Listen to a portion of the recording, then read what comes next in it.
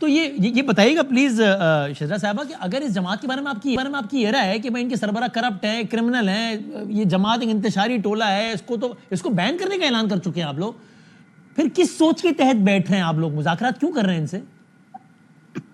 دیکھیے ایک پارلیمانی جمہوری نظام جو ہوتا ہے اس میں مذاکرات سب کے ساتھ ضروری ہوتے ہیں. ہم نے آج کی بات نہیں ہے، جس وقت یہ حکومت میں تھے، ہم اپوزیشن میں تھے، ہم نے تبھی بھی کہا کہ مساق معیشت کے لیے آئیں، سب مل کے ساتھ چلتے ہیں. جب ہم حکومت میں آئے اپوزیشن میں تھے، آج بھی ہم نے یہی کہا.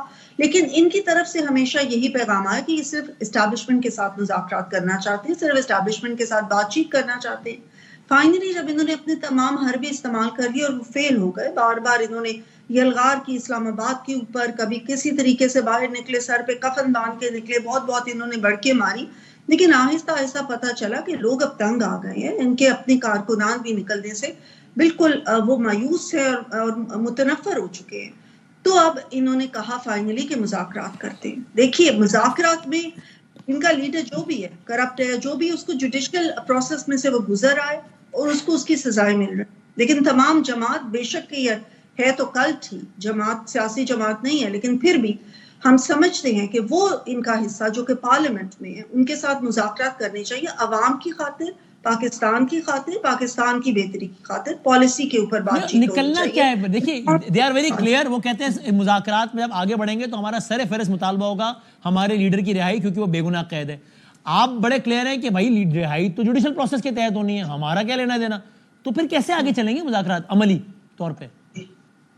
دیکھیے یہ تو ان کو سوچنا پڑے گا نا کہ کیا انہوں نے صرف ایک این آر او کے لیے مذاکرات کرنے. اگر ایسی بات ہے تو ظاہر مذاکرات آگے نہیں چل سکتے. لیکن اگر انہوں نے بہتری کے لیے، ملک کی عوام کی بہتری کے لیے مذاکرات کرنے، ریفارمز کے اوپر بات کریں اور آگے آنے والی پالیسیز میکنگ کے اوپر بات کریں، مذاکرات کریں، اپنا رول ایز ایک اپوزیشن اپنا مستحکم کریں، رول پارلیمنٹ کے اندر، پارلیمنٹ کی سپریمیسی کو مانیں، تو پھر یہ آگے چلے گا. جہاں تک یہ بات کرتے ہیں الیکشن کی، دیکھیے جب بھی یہ کسی الیکشن میں نہیں جیتتے تو یہ ان کا شروع سے وتیرہ ہے کہ اس الیکشن کو یہ کوسچنیبل بنا دیتے ہیں. 35 پنکچر سے بات شروع ہوئی، انہوں نے کہا کہ وہ تو ایک سیاسی بیان ہے، بعد میں کہا پھر 4 حلقے کھلوائے، چاروں حلقوں میں یہ دوبارہ سے ہارے. اور 2018 کا جو سب سے زیادہ ریگڈ شدہ الیکشن تھا آر ٹی ایس بٹھا کے، وہ ان کو ٹھیک لگا. اب آ کے پھر وہی بات ہے.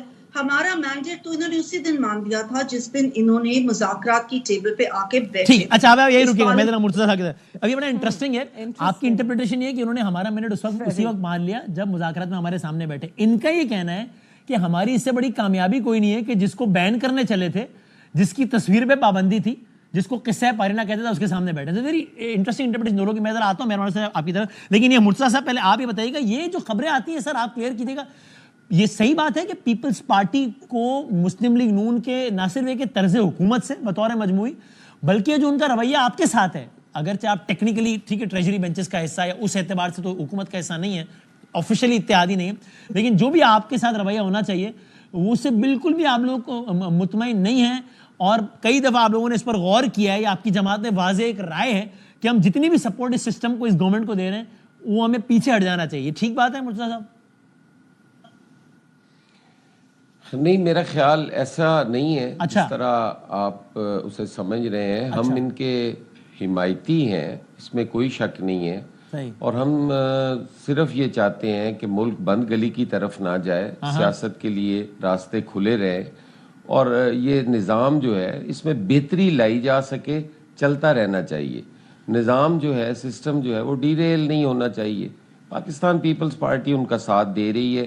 باقی تو نون لیگ پہ ڈیپینڈ کرتا ہے کہ وہ اپنے حمایتیوں یا اتحادیوں کے ساتھ رویے کیسے رکھتی ہے. اس کا لیکن مرتضیٰ صاحب یہ بتائیں پھر آپ اس کی پوری دیکھیں، یہ بڑا کلیئر ہے مرتضیٰ صاحب کہ آپ لوگوں کی حمایت کی وجہ سے نون لیگ حکومت میں بیٹھی ہے. کل آپ لوگ اگر گڑبڑ کر جائیں تو سسٹم گرے گا، تو پھر کل کو آپ پوری رسپانسبلٹی بھی لیں گے نا. یہ تو نہیں، چونکہ یہ بھی نظر آتا ہے کہ جہاں گڑبڑ ہو تو آپ کہیں بھائی حکومت ان کی ہے، ہم کیا کریں، اور پھر جہاں اچھا ہو تو اس کی، یہ تو پھر یہ پورا بلیم آپ بھی لیتے ہیں نا، جو بھی اچھا ہے اور جو بھی برا ہے. یہی چیز جو آپ اب کہہ رہے ہیں، یہی چیز پاکستان پیپلز پارٹی کہتی ہے کہ آپ ہمیں آن بورڈ رکھیں. آپ جب پالیسی میکنگ کرتے ہیں، آپ کے جو فیصلے ہیں، اگر پاکستان پیپلز پارٹی کو آپ آن بورڈ نہیں لیتے یا یہ اپنے حمایتیوں اتحادیوں کے علاوہ کرتے ہیں تو پھر اس کی رسپانسبلٹی بھی آپ خود سے لیں اور آپ کہیں کہ یہ فیصلے ان کے نہیں ہیں ہمارے ہیں. تو یہ لیتے آپ آن بورڈ کہ نہیں لیتے؟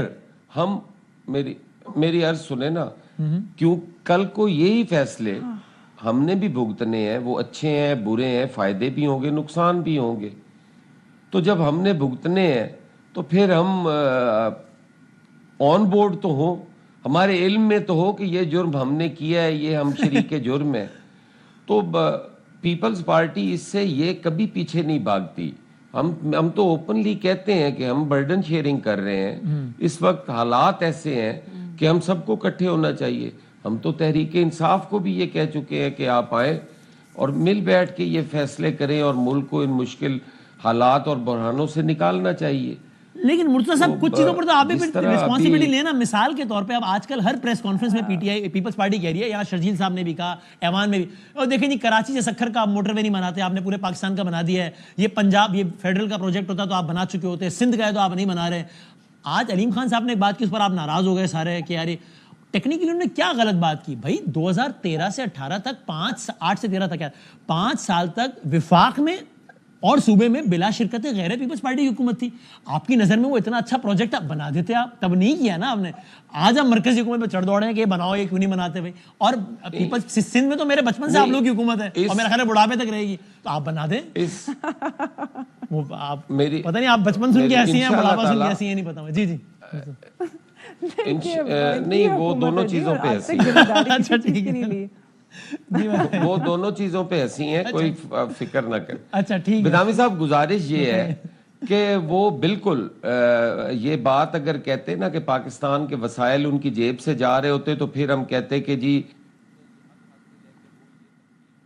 آواز ہی بند ہو گئی, ایسی تو کوئی بات نہیں کر رہے مرتضیٰ صاحب. پاکستان پیپلز پارٹی جو اس کے پیار کرنے والے جو اس کے ووٹرز جو ہیں وہ ٹیکس پیئرز نہیں ہیں, کیا ان کا وفاق میں کوئی حق نہیں ہے کہ وہ ان کو دیا جائے؟